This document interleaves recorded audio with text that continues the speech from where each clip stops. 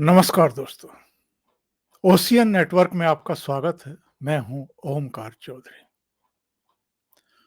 20 साल लग गए प्रधानमंत्री नरेंद्र मोदी को गुजरात दंगों के कलंक से मुक्ति मिलने में, और इतनी लंबी सुनवाई, अपील दर अपील, चीजों को लगातार लिंगर ऑन करना ताकि राजनीतिक फायदा उठाया जा सके, नरेंद्र मोदी को बदनाम किया जा सके, उनकी छवि को तहस-नहस किया जा सके और देश में, विदेश में उनको पूरी तरीके से एक नायक को खलनायक के तौर पर एक उनके बारे में परसेप्शन बना करके उनकी लीडरशिप को इवॉल्व होने से रोका जा सके।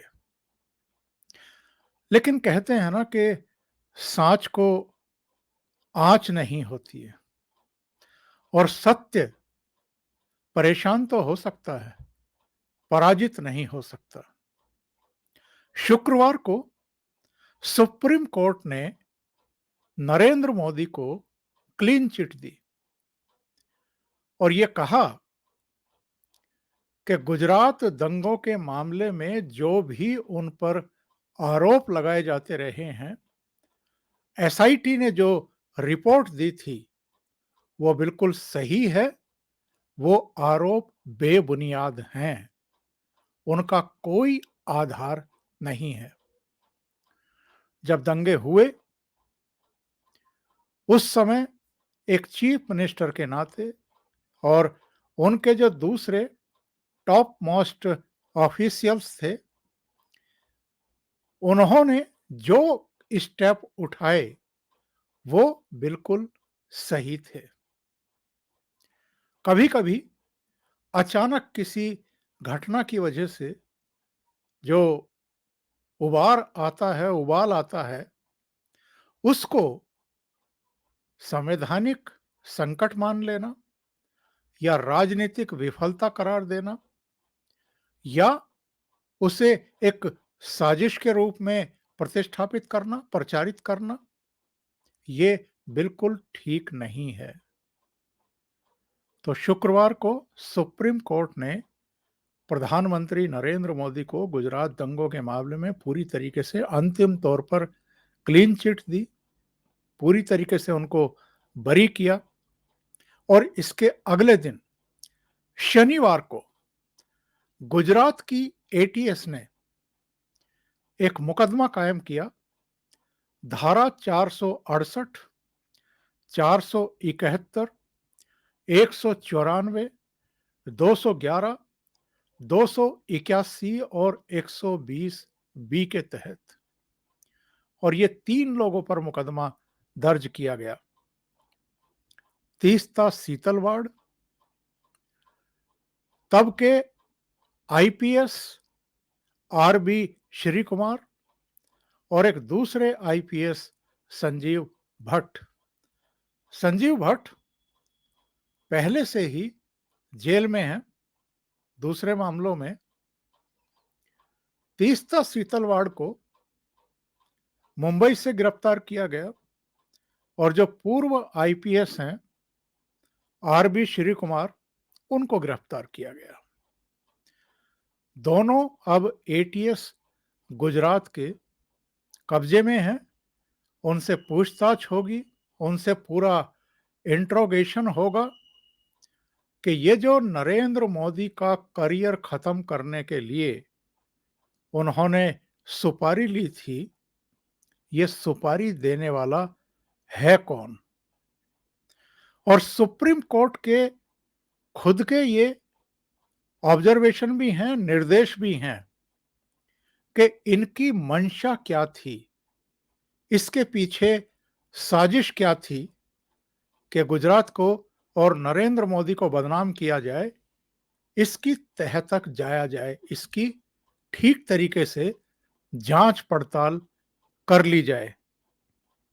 तो एटीएस ने क्या कहा है एफआईआर में, वो मैं आपको बता देता हूं। एटीएस ने जो मुकदमा अभी कायम किया है सुप्रीम कोर्ट के निर्देश के बाद और प्रधानमंत्री नरेंद्र मोदी को क्लीन चिट दिए जाने के बाद। इसमें कहा गया है कि कई याचिकाएं खारिज होने के बाद भी तीस्ता सीतलवाड़ ने सुप्रीम कोर्ट में याचिकाएं डाली।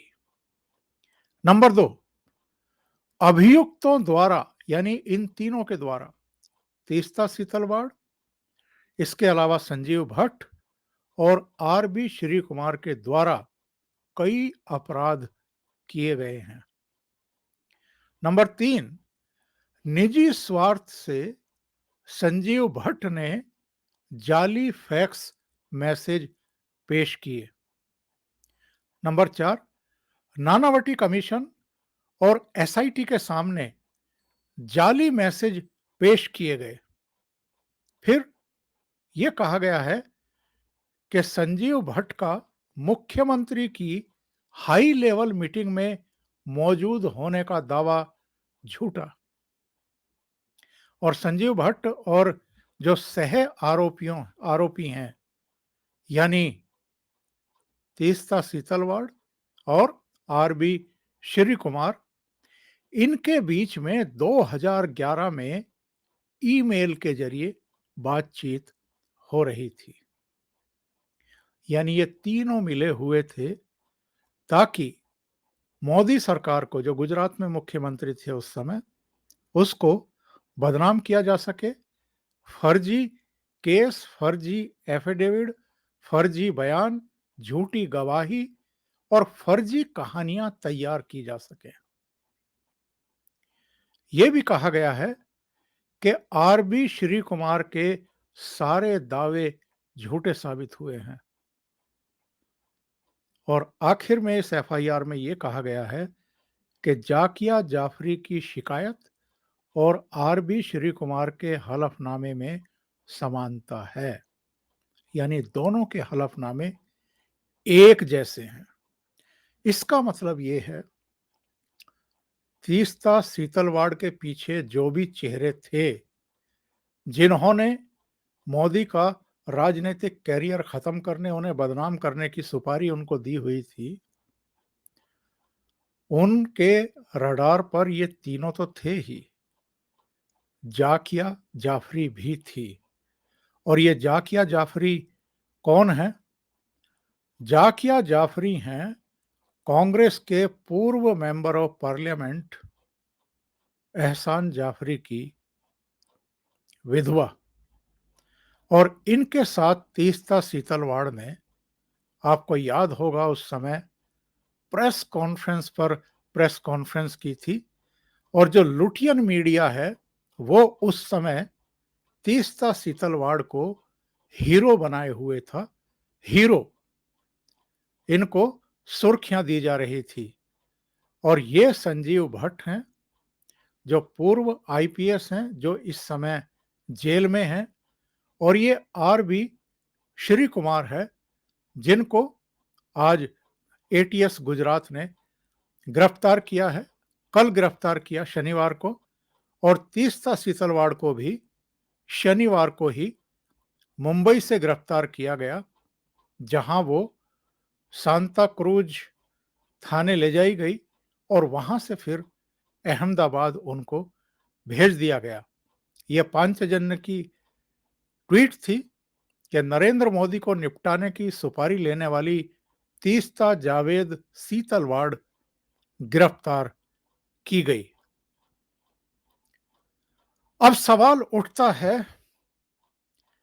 कि इनके साथ कौन था, इनके पीछे कौन था। जितनी याचिकाएं दाखिल होती थी सुप्रीम कोर्ट में, उनमें से ज्यादातर की सुनवाई जो है वो कपिल सिब्बल इनके वकील के तौर पर करते थे। और कपिल सिब्बल की बॉस थी सोनिया गांधी, और इनाम दिया गया 2009 में बकौल गृह मंत्री अमित शाह। उन्होंने जो एएनआई को शनिवार को लंबा इंटरव्यू दिया, उसमें बताया कि तब की डॉक्टर मनमोहन सिंह सरकार ने इनके एनजीओ की मदद की थी, सरकारी तौर पर मदद की थी। और 2010 या 11 में इनको राजीव गांधी सद्भावना पुरस्कार से अलंकृत किया गया, दिल्ली बुला करके 30 था शीतलवाड़ को। और जब इनको अलंकृत किया जा रहा था तो सोनिया गांधी भी मंच पर मौजूद थी। आप ये देख सकते हैं, जब इनको पुरस्कार दिया जा रहा था राजीव गांधी सद्भावना के नाम पर, तब सोनिया गांधी क्लैपिंग कर रही हैं और इनको सराहा रही हैं कि आप बहुत बढ़िया काम कर रही हैं। और ये बहुत बढ़िया काम क्या है? नरेंद्र मोदी की छवि को तहस-नहस करना, उन पर झूठे आरोप लगाना। 2006 में जाकिया जाफरी की तरफ से एक याचिका पेश की जाती है।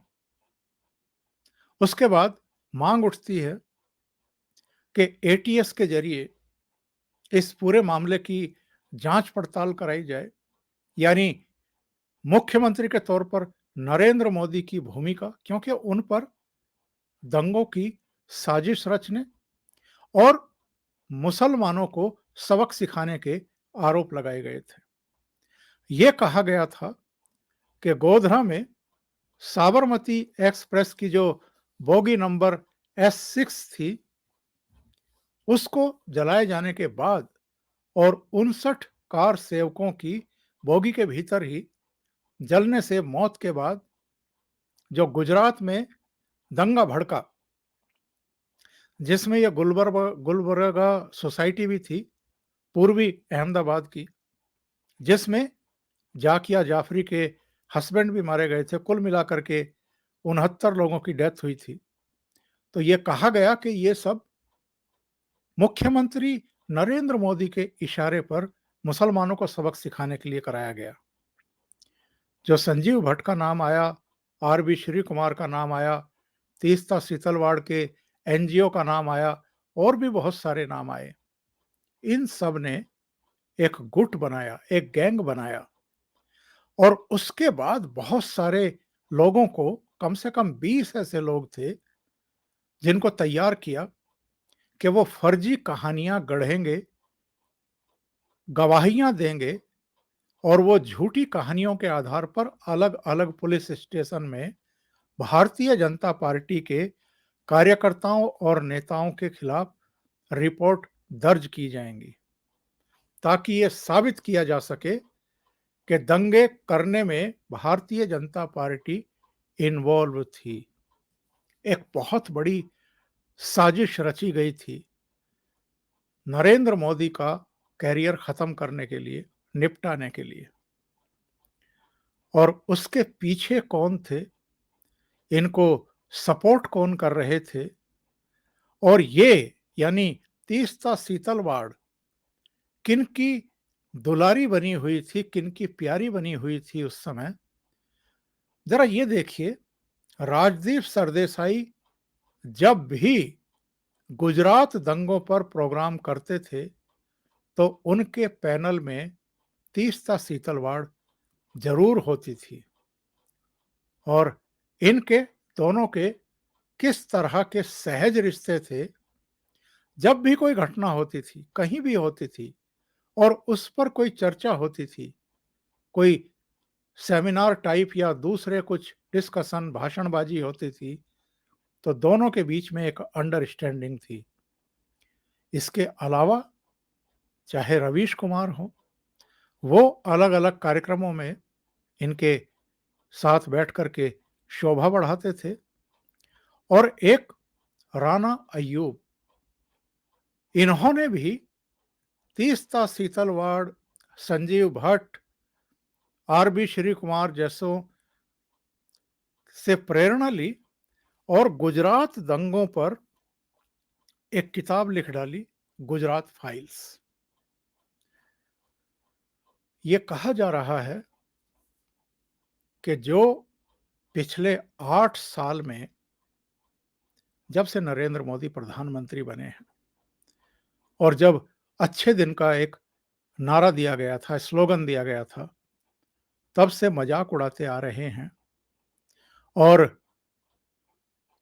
राष्ट्रीय स्तर पर, अंतर्राष्ट्रीय स्तर पर नरेंद्र मोदी की छवि धूमिल करने का कोई मौका इस पूरे गैंग ने कभी छोड़ा नहीं। अब जबकि सुप्रीम कोर्ट नरेंद्र मोदी को क्लीन चिट दे चुकी है, पूरी तरीके से बरी कर चुकी है और ये अंतिम तौर पर है। इसके बाद कोई तीस्ता सीतलवाड़, कोई कपिल सिब्बल, कोई रवीश कुमार, कोई राजदीप सरदेसाई, कोई राणा अयूब अब किसी तरह की बकवास नहीं कर पाएंगे और किसी तरह की याचिका लेकर के सुप्रीम कोर्ट नहीं जा पाएंगे, क्योंकि एटीएस ने जो क्लीन चिट दी थी, पूरी तरीके से ये कहा था कि बिल्कुल कोई सबूत नहीं है कि हम तब के मुख्यमंत्री पर यानी नरेंद्र मोदी पर कोई मुकदमा शुरू भी कर सकें। ऐसा कोई एविडेंस नहीं है। बिल्कुल वो पाक साफ हैं, उनकी कोई भूमिका गुजरात दंगों में नहीं थी।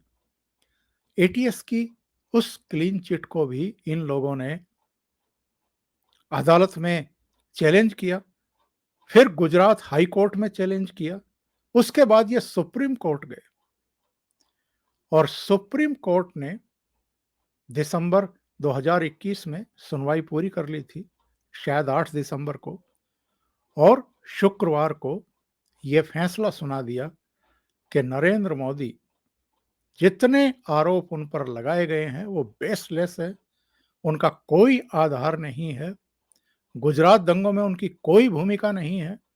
सुप्रीम कोर्ट ने लगे हाथ ये भी कहा कि जिन लोगों ने इस पूरे मामले को 16 साल तक लंबा खींचा, 16 साल तक लंबा खींचा, इसके पीछे जो उनका मकसद था, जो उनके षड्यंत्र थे, जो साजिश थी, उसकी जांच की जानी चाहिए।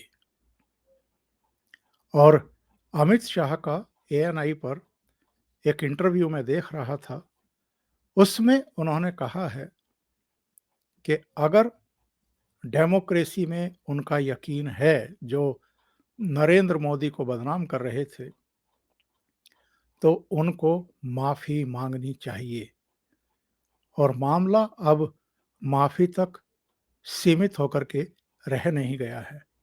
वो कैसे? क्योंकि शनिवार को गुजरात एटीएस सुप्रीम कोर्ट ने जो दिशा निर्देश दिए हैं उसके आलोक में एफआईआर दर्ज करने के बाद एक्शन में है। तेस्ता सीतलवाड़ को और आरबी श्री कुमार को गिरफ्तार कर लिया गया। संजीव भट्ट ऑलरेडी गिरफ्तार हैं।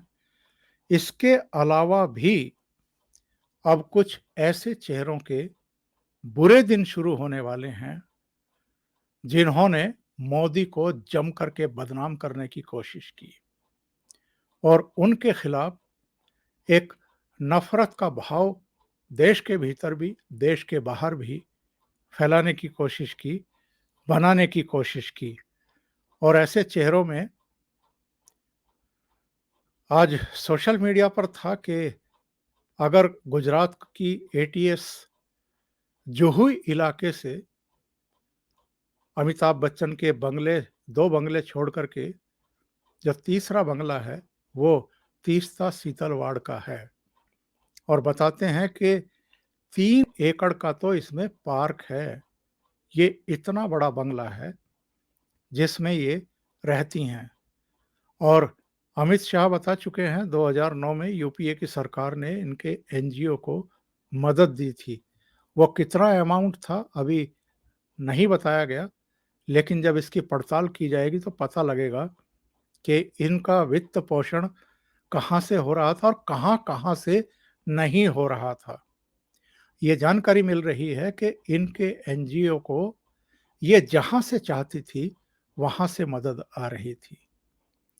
और इससे श्रेष्ठ प्रमाण नहीं हो सकते कि जब धरने प्रदर्शन होते थे, तो धरना प्रदर्शन करने वालों के हाथों में इस तरह के पोस्टर हुआ करते थे, आई एम तीस्ता।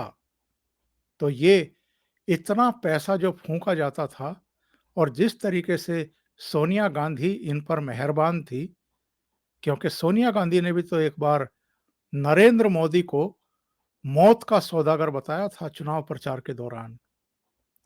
तो कौन सुपारी देने वाले चेहरे हैं, अब एटीएस गुजरात को इसकी भी जांच पड़ताल करनी पड़ेगी।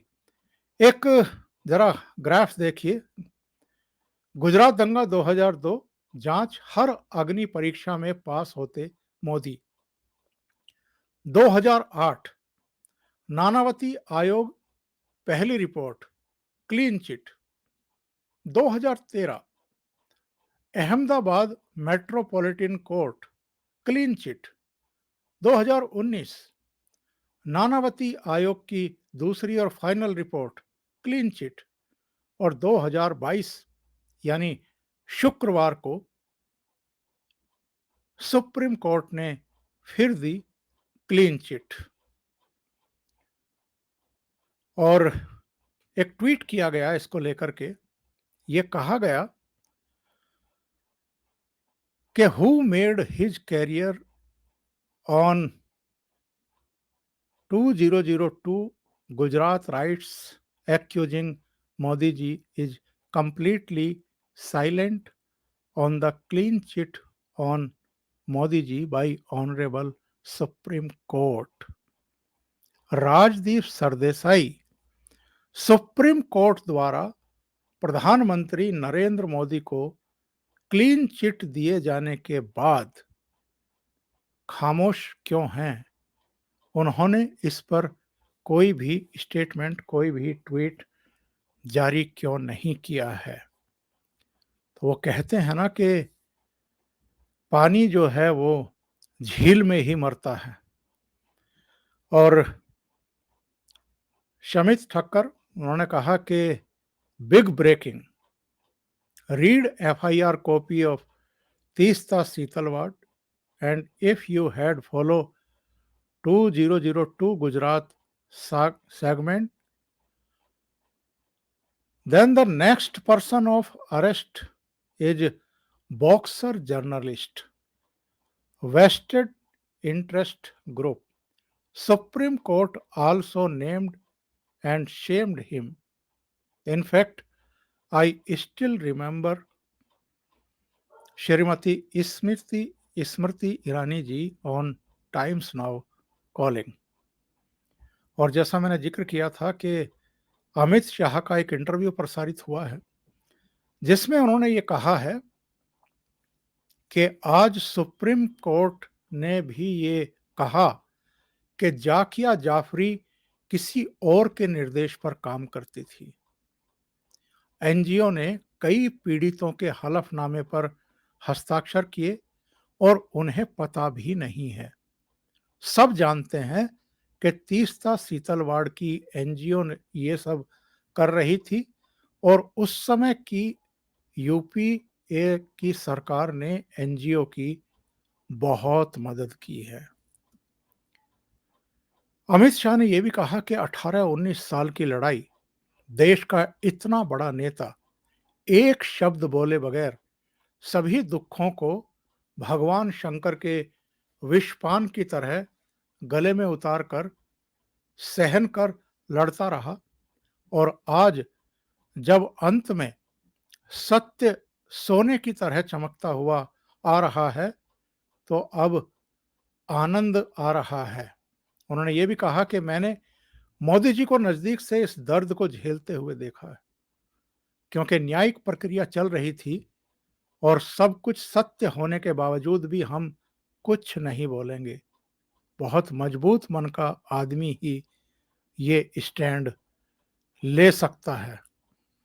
और उनका एक और ये ट्वीट है, उसमें उन्होंने कहा है कि मोदी जी से भी पूछताछ हुई थी, लेकिन तब किसी ने धरना प्रदर्शन नहीं किया था और हमने कानून को सहयोग दिया और मेरी भी गिरफ्तारी हुई थी, लेकिन कोई भी धरना प्रदर्शन नहीं हुआ था। गुजरात दंगे के मामले पर अमित शाह ने जो कहा, जिन लोगों ने मोदी जी पर आरोप लगाए थे, अगर उनकी अंतर आत्मा है तो उन्हें मोदी जी और बीजेपी नेता से माफी मांगनी चाहिए। कपिल मिश्रा का एक ट्वीट है। उन्होंने कहा है कि तीस्ता सीतलवाड़ मतलब पत्रकार, राजनेता, एनजीओ, कुछ वकीलों और आतंकवादियों का ऐसा गठजोड़ जो इस देश को दीमक की तरह खा रहा था। विदेशी पैसों से देश को जलाने वाला पूरा गैंग सामने आएगा जिस दिन तीस्ता सीतलवाड़ का असली सच देश के सामने आएगा। और इन्होंने कहा कि अगर तीस्ता सीतलवाड़ ने सब सच उगल दिया तो एक तथाकथित बड़े पत्रकार को बाकी जिंदगी जेल में बितानी पड़ सकती है। कौन है वो बड़ा पत्रकार? Guess is the name, take the handle. और ये वो सारे चेहरे हैं जो गुजरात दंगे को लेकर के प्रधानमंत्री नरेंद्र मोदी को लगातार लगातार बदनाम करते रहे। एक और ट्वीट है और बहुत ही सही है ये। सभापति मिश्र उन्होंने कहा कि कल सुप्रीम कोर्ट ने एक फैसले में उस संगठित उद्योग को हमेशा के लिए बंद कर दिया है जिसमें गुजरात दंगों के लिए मोदी को दोषी ठहराने का भोंडा प्रयास किया जा रहा था। इस काम में बॉलीवुड के भांड नचनिए, अपने को सोशल एक्टिविस्ट कहने वाले अर्बन नक्सल, कुछ भ्रष्ट पूर्व पुलिस अधिकारी, रिटायर्ड जज और दलाल पत्रकार शामिल थे। और इस फैसले के आने के बाद तीस्ता सीतलवाड़ के गिरफ्तारी के बाद और आरबी श्री कुमार की गिरफ्तारी के बाद किसी ने सोशल मीडिया पर यह चित्र भी दिया, सबका नंबर आएगा, धैर्य बनाए रखें।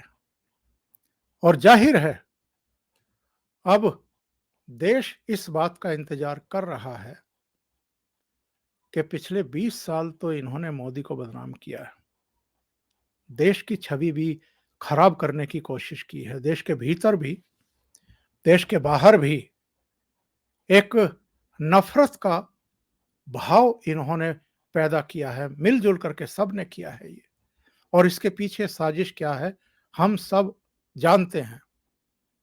लेकिन वो एसआईटी की जांच के बाद जो गिरफ्तार किए जा रहे हैं, इनसे पूछताछ के बाद इनके असली आका कौन है, जब उनका खुलासा होगा, जब उनकी गिरफ्तारी होगी, और जो जो प्रधानमंत्री नरेंद्र मोदी को और जब वो मुख्यमंत्री थे उस समय उनको बदनाम करने की एक मुहिम चला रहे थे, जब उनकी जिम्मेदारी और जवाबदेही फिक्स होगी, उनकी गिरफ्तारियां होंगी, तब सही मायने में नरेंद्र मोदी को इंसाफ मिल पाएगा। अभी के लिए इतना ही। बहुत बहुत धन्यवाद। अगर आपको ये चैनल और इसके कंटेंट पसंद आ रहे हैं तो लाइक करें, कमेंट करें, वीडियो को शेयर भी करें। अभी तक अगर आपने ये चैनल सब्सक्राइब नहीं किया है तो सब्सक्राइब कर लें और साथ में लगे बेल आइकॉन को दबा दें ताकि आगे आने वाले वीडियो और उनके नोटिफिकेशन आप तक पहुंचते रहें। बहुत बहुत धन्यवाद। नमस्कार।